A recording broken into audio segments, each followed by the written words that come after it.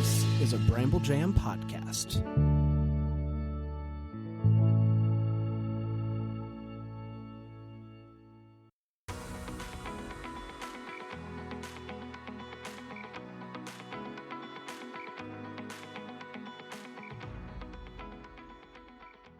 Welcome to Girls Gone Hallmark, a Hallmark review podcast. I'm Megan, and I'm a longtime Hallmark fan.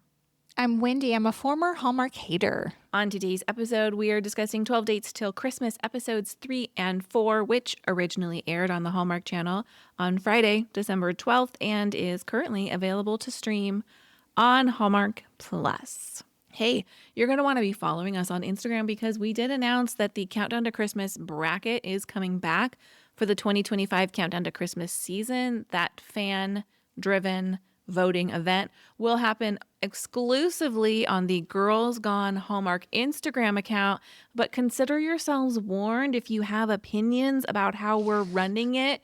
Just text a friend. Tell someone else. Wendy is one negative comment away from shutting the entire thing down. So just have a good time with it. I'm excited to do it. Me too. I don't think there's fun. It's so fun. I don't think there's going to be any big surprises this year in terms of when we get down to our final fours. No, I agree with you, but I don't think, in my opinion, that there is a clear runaway winner at this point. I think Yeah, I don't know. Do you have a vision of what the winner is? I kind of do, but I'm not going to say it out loud. Not now, I won't. Yeah. I don't want to sway anybody. And we still have just a few more movies from Hallmark, so we could get a real surprise late entry. Indeed. Into the mix. So who knows? Who knows? Yeah, give us a follow. Instagram. We are Girls Gone Hallmark. Hey, if you want more from us that's not Hallmark related, I encourage you to come check out our Patreon. It is a paid platform where you get 4 episodes a month from us, Megan and Wendy. We talk pop culture. We talk what's good, what's happening in our lives. There's our famous approved episodes. It's very loose. It's very chit-chatty. If you want to put us in your ears for sometimes a good hour, sometimes, we'd love to have you over there. Patreon.com/Megan and Wendy. Well, let's hear a synopsis for our 2 episodes of 12 Dates Til Christmas. Episode 3, 'Tis the Season for Karma. Kate confronts past dating patterns as she matches with someone she ghosted. Mac and Evelyn road trip to Brighton, and Callum holds a pop-up at the pear tree. Episode 4, 'Tis the Season for Mama Drama. Kate's mother, Delilah, shows up for a holiday visit, throwing Mac and Kate for a loop. History repeating itself causes Callum and Kate to remember their past. Episode 3 was written by Zach Hugg. You might recall that Zach recently wrote the Brendan Penny, Rachel Boston movie, The More the Merrier. His other work includes a ton of other Hallmark movies like The 5-Year Christmas Party, Ghosts of Christmas Always, both Sister Swap movies, 3 of the Christmas and Evergreen movies, plus for the series Shadowhunters and Drop Dead Diva. Oh, I love that series. Episode 4 was written by Lynn Sternberger. Lynn has 8 writing credits and has previously written 2 of our personal favorites, Love Classified from 2022. Hey, Hallmark, we need more scripts like Love Classified. And a couple episodes of the series The Bold Type. Other work includes Home Economics and Bluff City Law. Episodes 3 and 4 were directed by Megan K. Fox. Megan is a writer and director from Dublin, Ireland. She's known for her award-winning short films and episodic TV directing, which includes EastEnders, Too Good to Be True, and Fair City. Our core cast returns: Mae Whitman as Kate, Julian Morris as Callum, and Lucy Eaton as Bestie Laura. We also have Nathaniel Parker as Kate's dad, Mac, Jane Seymour as Evelyn, and Mary McDonnell as Kate's mom, Delilah. In addition, we have Toby Sandman as Richard, Zafani Idoko as Sarah, and Emer Morrissey as the matchmaker, Drew. Shannon O'Doherty plays young Kate, and Liam Bixby plays young Callum. Let's take a quick break, and we're going to come right back with our first impressions of 12 Dates Til Christmas, episodes 3 and 4.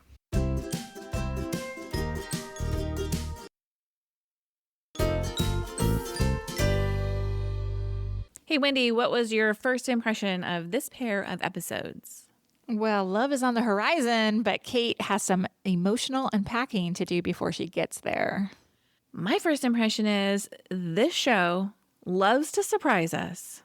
Every time I think I know where we're going, boom, a twist or a text. I can't wait to hear more about it. I will tell you, I watched episode 3 and then the following day I watched episode 4. And while both very good, episode 4 at the end just had me like, boom. Yes, the And I was- storytelling, my goodness. Right? Exactly. And I was like, we're only getting 2 more episodes of this show? How is that possible? You know what's very interesting is these 2 episodes were written by 2 different writers, but the story is so cohesive from start to finish. The way we close the loop at the episode 4 from some beats that were open up, it's really good. It's really good. Okay, can we talk our likes? I want to talk about Kate's art Yes? first and foremost. When we open episode 3, she's lost in thought about Richard. And there's all these like little subtle whimsical doodles on screen, right? And it wasn't until episode 4 where I was like, oh, what Kate's producing art-wise has a lot to do with what's going on with her. Yes? And so I have a question for you. Are the cute doodles doing storytelling work for you? Yes. 2 things I want to say. I loved the cute doodles in the opening scene. I loved the cute doodles in the closing scene of episode 4. Yes, ma'am. But I got to tell you, it was our interview with Aaron Rodman and Zach Hugg, which dropped last week. If you haven't listened to it, go back. That's on Friday, where they said her discovering more about herself is opening up her creativity. That was like a mind-blowing moment for me. Yeah, same. And then I watched these episodes and I saw that exhibiting itself on screen where we see, she's stretching herself creatively. Even her boss is like, oh, that's kind of a different direction than I'm used to seeing you going. I love that idea. Yeah, and it made me realize back in episodes 1 and 2 where she was trying to come up with designs for a client and it wasn't like quite working. And I was like, oh, she's just not in the creative space where, to be creative, you kind of have to have, you know what I mean? Like, yeah, it's all muddy for her right now. Yeah, exactly. That's the best way to put it. Yes, exactly. So I really enjoy this sort of element. Yeah. Me this too. effect is working for me here. It's really working for me. The next thing I loved, I am all in on the friendship between Kate, Laura, and Callum. They have this effortless chemistry you cannot fake. It's so well lived in, like the side eye and the teasing and all of it just works so well together. Like brava to these 3 who are pulling off this. We're supposed to be like this historied friendship. They're doing it so well. Can I speak a little bit more to her friendship with Laura when they have a fight? Like they're getting irritated with each other, and the fight ends with Laura telling her like, "Oh, have fun salsa dancing," and she's like, "Oh, you should wear a cute heel," and Kate's like, "I was planning to." It's just like. It speaks to the fact, like, we're fighting, we're irritated with each other, but we have all this history. We're good. Like, we're going to come back from this. We just needed to get all of that out. Yeah, it's not like a fallout. It's not like, oh, this is the end of a friendship because they're arguing about something. It's not the Real Housewives, and we're going to come back to this argument every single week for the next 3 months. It just was like, let's get it off our chest. We can be real with each other and still come back to where we were. Yeah, it's done really well. It's done super well. I'm like, oh, those are nice friendships. I like those friendships. Yeah. My list is long. Why don't you share some of yours? Well, to my first impression, I like that this show surprises me. Here's 2 big examples. When Kate is texting both Liam and Richard, and the show uses the color of the text bubbles to let us know who is who. Yeah. Although their names are on screen, but that's the more obvious call out. And by the way, is the use of the green text bubble for Liam a very subtle way of suggesting, like, not the guy, right? Anyway, when she accidentally texts Richard instead of Liam, I was like, no, even though I could kind of see it coming, it still was a great moment when you see her hit send. I really enjoyed that. And then when she's waiting for Liam at the restaurant, I didn't see it coming until she's sitting there and I type in my notes. I was like, is he ghosting her? And then she gets the text. And I truly, in my notes, in all caps, wrote, F you, Liam. Like, I win. Yeah. I mean, did you have a different reaction? Okay, well, a lot of things. If we go to the escape room date, yes, where she's on with the date with Liam, this is a dude that she has met before and ghosted. I actually thought this was a very interesting date in terms of what we learn here. And he's telling her like, oh yeah, ghosting makes me feel bad about myself. You know, like when I'm ghosted, it makes me feel bad. It makes me question myself. And she's like, no, it's not about you. It's more about me. I'm like, I love this whole context here. And then cut to where she's waiting for him. In one of the most cinematic, beautiful scenes I've ever seen, she's in a cafe and behind her is the freaking London Bridge. It's stunning. Mm-hmm. When we talked to Zach and Aaron, they had told us that they went and shot a bunch of stuff in London. And I was like, was that real? Or is that like I don't know, like a green screen situation where they put the London Bridge behind her after the fact? I don't know, but it's so beautiful. Anyway, she gets the ghost thing, and I was like, yeah, that wasn't cool, but I liked Liam.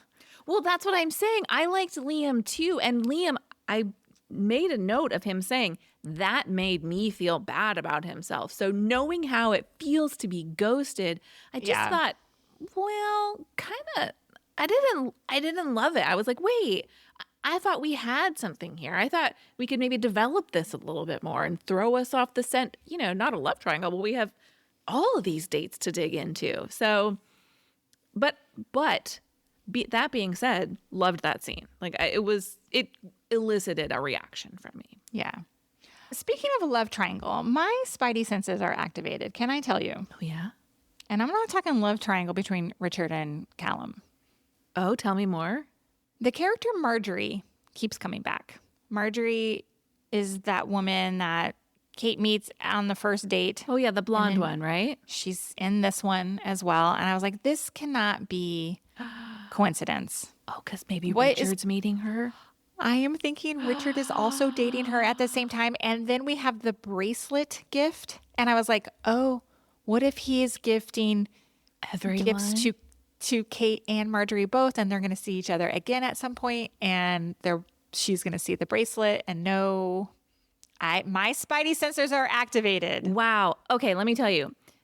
At the end of this episode, I was like, I'm so in on both of these guys, right? I'm invested in both of the love stories, although I really loved the Callum story, which we'll talk about. But I was thinking about it. Which way are we going to go? And I was thinking, there's so little that we know about Richard. In my mind, perhaps there's going to be a big reveal in episodes 5 and 6. There's got to be something that turns us off of one of these guys. And because we know so much less about Richard than about Callum, it stands to reason that it might be him. But I kind of was forgetting that he's still dating all these women too. Mm-hmm. Interesting. I like what you're thinking there. I mean, I could be totally wrong, but I see red flags. Yes. And you mentioned what are we going to do? Because we're going to have to root for one of the guys, right? Yes. Well, I need to know more about Richard. Richard just comes in. He's flirty and charismatic, and he's nice to look at. I'm sure he's a good kisser, like all these things, right? But what else is there? If I'm Kate, I'm like, I got all this history with Callum. Again, we'll talk about it in a second, but I got all this history with Callum. Of course, I'm going to choose Callum. Like, why would she keep Richard around? Well, and especially after the reveal with Callum, like things were not what she thought they were with him. Exactly. So I'm very interested to see how 5 and 6 work out. We're going to obviously come back to that opening scene in episode 1 where she's on the train talking about her heart being broken. Yeah. So I cannot wait to watch it unfold. I cannot wait. Yeah. And where's she going on that train? Yes, exactly. To get her going. I don't know. Can we talk about Mac and Evelyn's road trip? Please. Their banter, the car, the sheep. I loved all of it. We talked extensively to Zach and Aaron about this in our interview with them. at that point when we chatted with them, you hadn't seen episode 3 yet. Is that correct? Yes. Now, do you get the sheep reference? I loved the sheep so much. How gorgeous was that shot? Yeah, the sheep just come down the hill. They really do. Yeah. Oh my gosh. Oh my gosh. Stunning. I have a lot of thoughts about Mac and Evelyn. My biggest thought is, as I was watching this and writing my notes, I'm like, I don't even care if these two end up in like a romantic relationship. I adore the platonic friendship that they have with each other. They need something from each other. Evelyn may not want to fully admit to that. Mac didn't really want to admit to that in episodes 1 and 2. Like, he needed Evelyn's like physical therapy basically to help him kind of get out of his rut that he was in. Yes. I love watching this friendship. I don't even care where it goes. I agree with you. Mac has had such emotional growth from episodes 1 and 2. I mean, the man he is in these episodes is so different from the man we saw who couldn't even be bothered to get out of his chair, who wouldn't go for a walk, and like the growth that he's had as a result of Evelyn stepping in is really, I love him so much in these 2 episodes. When they go to do the scream, that could have easily been very cringy. And then when he lets loose with the scream, and I think it's Evelyn who's like, oh, you just had that one ready to go, didn't you? Yeah. I really enjoy that. And I like how at the end she's like, you can fix my mirror if you want to. But at the beginning, she's like, don't say anything about my car. Don't try to fix me. Don't offer help. Like, just be here. Just companion. I just loved it so much where she tells him the story about how her former husband was diagnosed and this was going to be their tradition, and he died before they could do it again. And then it became like a tradition between her and Callum to come out here and kind of just like scream their grief into the wind. Guys, I don't know. It resonated with me at such a deep level. I loved it so much. Yes, I too would like to scream into the wind. And then the next morning after her car is broken down and they get it back, and he's like, well, we got to get out to Brighton so you can go do your scream and then we'll get back to Blexford. I just, Mac is such a good guy. Truly. Oh, love it. Love it. I'm glad we closed the loop on Callum and Sarah and the Posh Pie pop-up.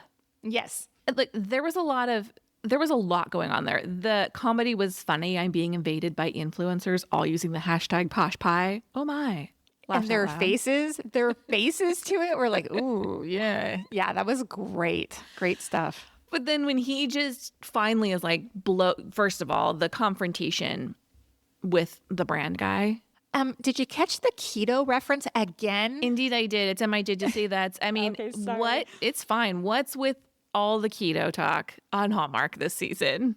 It feels like 6 or 7 years outdated. It should be like agree. Ozempic. It should be Ozempic talk, to be quite honest, but they probably can't like say Ozempic. GLP-1. GLP-1, yeah. Yeah, there's so much keto talk, but just the whole thing and the way it builds where he finally is like, I don't want any of this.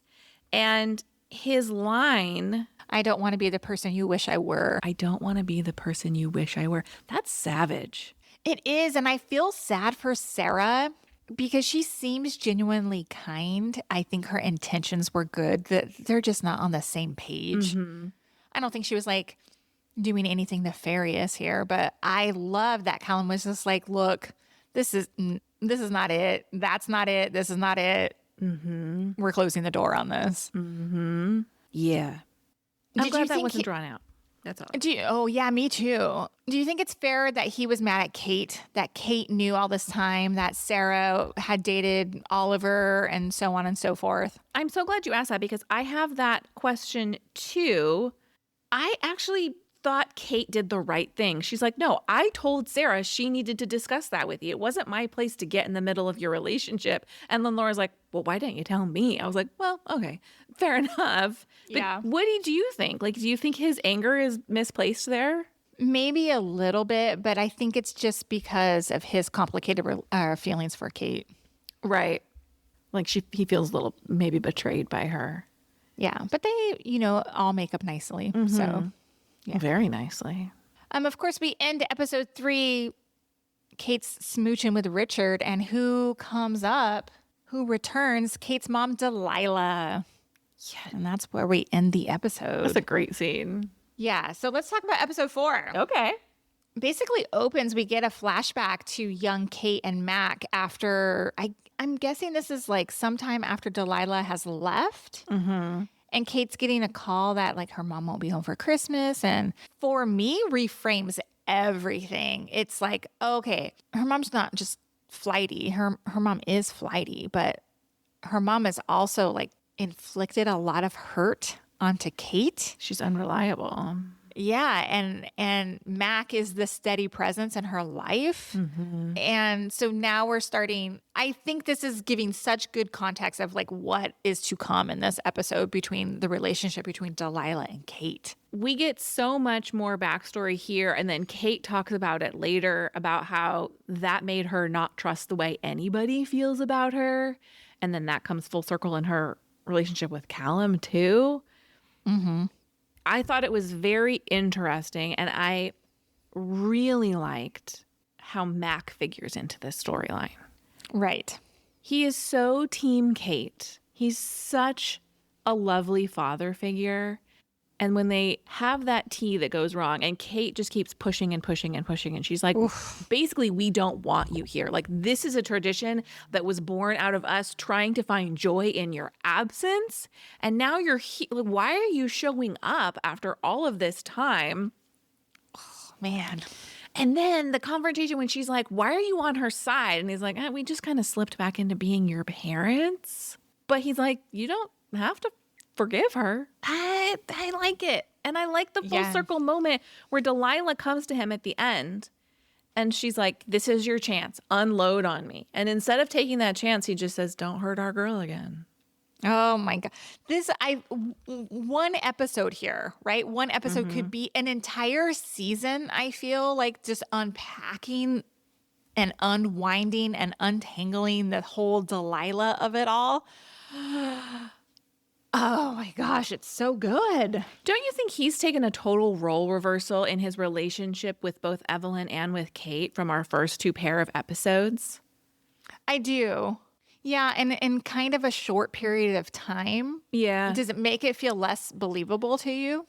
It doesn't actually feel less believable to me. It's just notable. I really love the character of Mac, but it's just a real switcheroo from this grumpy curmudgeon who needed these women to support him.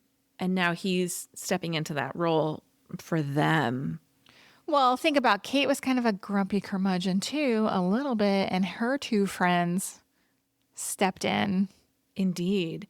When you see those flashback scenes, though, I do think it sets a tone that he has been this present and grounding presence in Kate's life. It's not new for him to show up for her. Yeah. So it doesn't feel unearned. He was just going through some stuff. Yeah, exactly. Exactly. What did you think of date 8, the date with herself? Okay, well, first of all, I'm just giving away all my little did you see that's, but I really loved, as a tiny thing, the way the date 8 visual wipes off the mirror like you're cleaning the mirror. I know. I love how they did all those. I really liked the date with yourself. Let's go smash some stuff. Yeah, after taking a deep, dark look at like who's hurt her, basically, right? Yeah.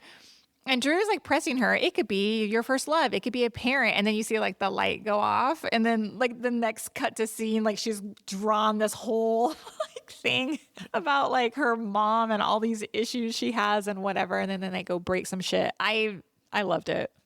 I really did too. It was necessary. We can't just keep having date after date after date. Like, she needed some introspection. I liked it. Also, we did kind of skip over the salsa dancing date, but did you happen to catch that she is leading the dance with the salsa dance guy? Oh, I hadn't noticed. Byron. She like dips him and spins him, and she just, I thought it was really funny where she's just kind of taking charge in that role.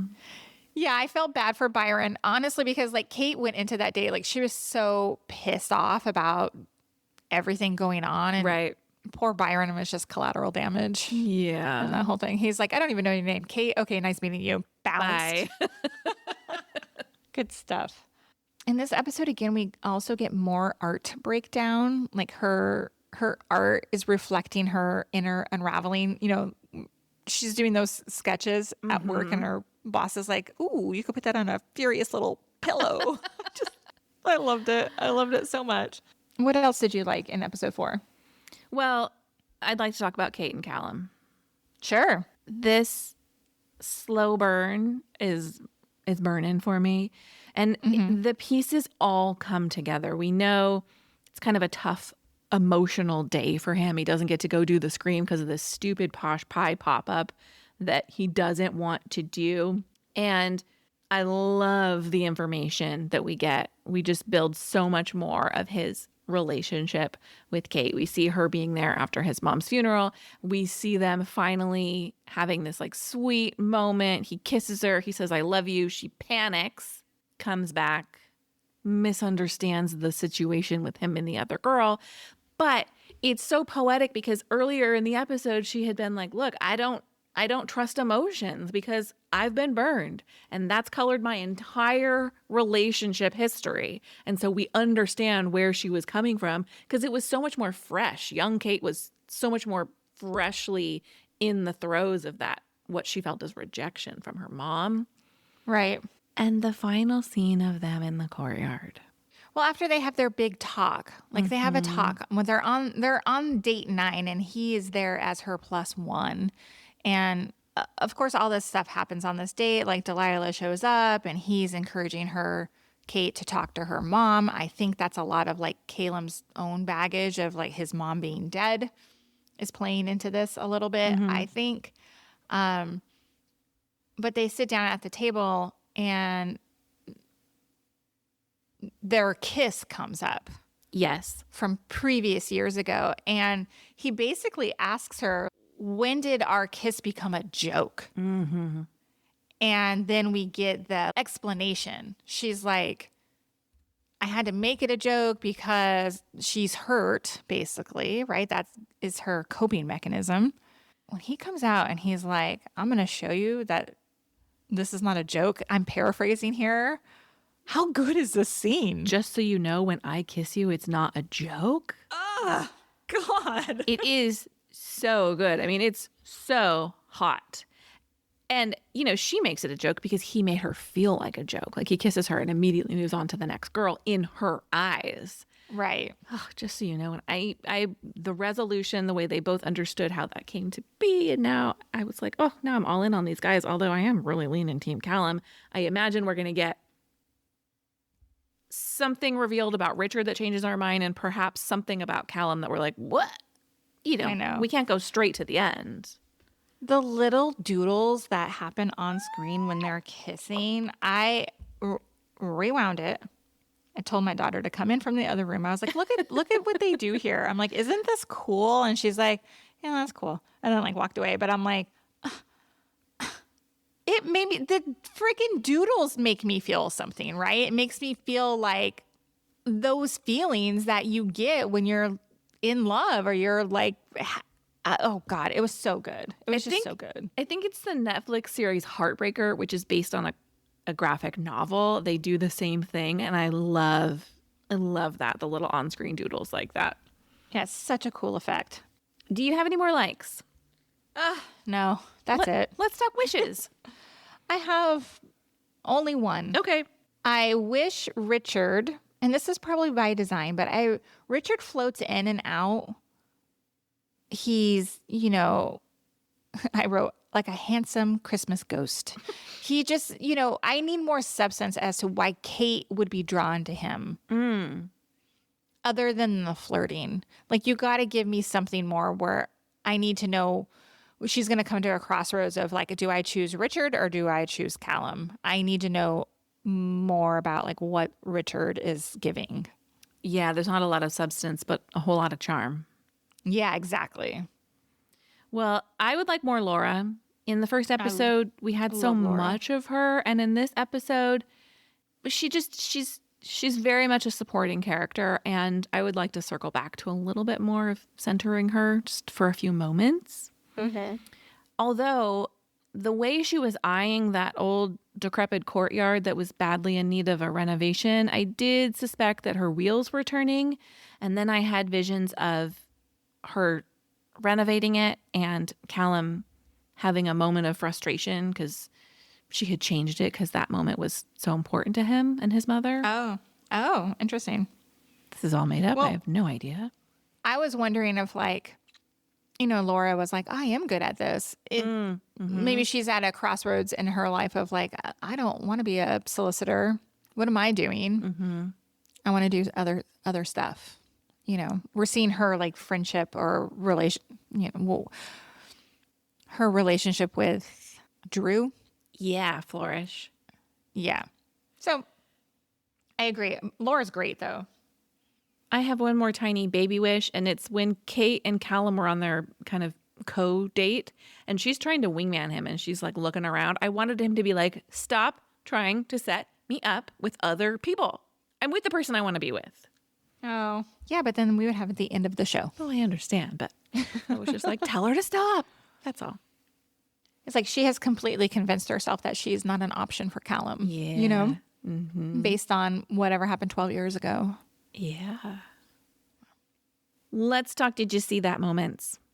I have just a few, and we did touch on God, most of them actually.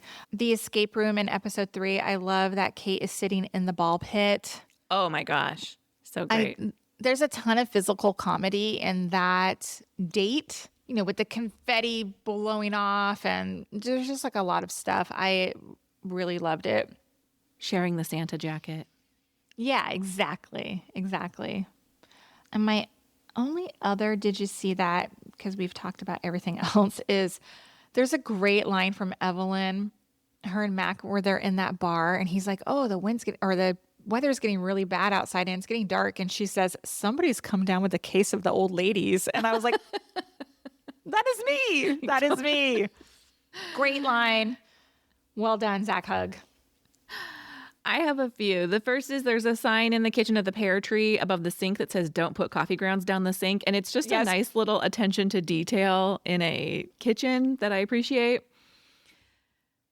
When they are at their book club meeting, one of the book clubbers goes, well, that sounds like the classic enemies to lovers to me. I just loved the meta book club moment. Yep. We hear Kate's ad-lib, you crumbled like a cookie line to Callum, and we know that that was ad-lib thanks to our conversation with Aaron and Zach, so I loved seeing that come to fruition, and it is just as perfect as they said it was. And finally, I think it's Kate says to Delilah, what are you doing here, when she finds her at the pear tree, and she's like, it's literally the only place in this little town, and it's giving like Luke Steiner energy. Like, where else am I going to go? Yeah, totally. What did you rate these 2 episodes? Do I even have to ask? Did we rate the first ones? I can't remember. We did. Hello. We're not rating Ripple. This is a 5-star series. If you're not watching it, you are missing out. Stop right now and watch this series. It's so good. I totally agree. 5 stars. No notes, except some notes, because that's what we're here for. I can't believe we only have 2 episodes left. What are we doing? I'm not ready. I'm not ready. I need a season 2. Indeed. Well, thank you for listening to this episode of Girls Gone Hallmark, a Bramble Jam podcast. We will be back next time with more Hallmark reviews, including the season finale of 12 Dates Till Christmas. We'll see you next time. Goodbye. Bye.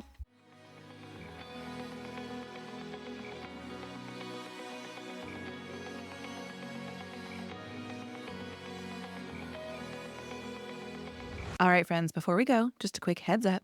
You're about to hear some ads. These little gems help us keep the show running and the Hallmark love flowing. So do with that info what you will. Grab a snack, hit the skip button, or maybe, just maybe, listen in and discover your new favorite product. Bye.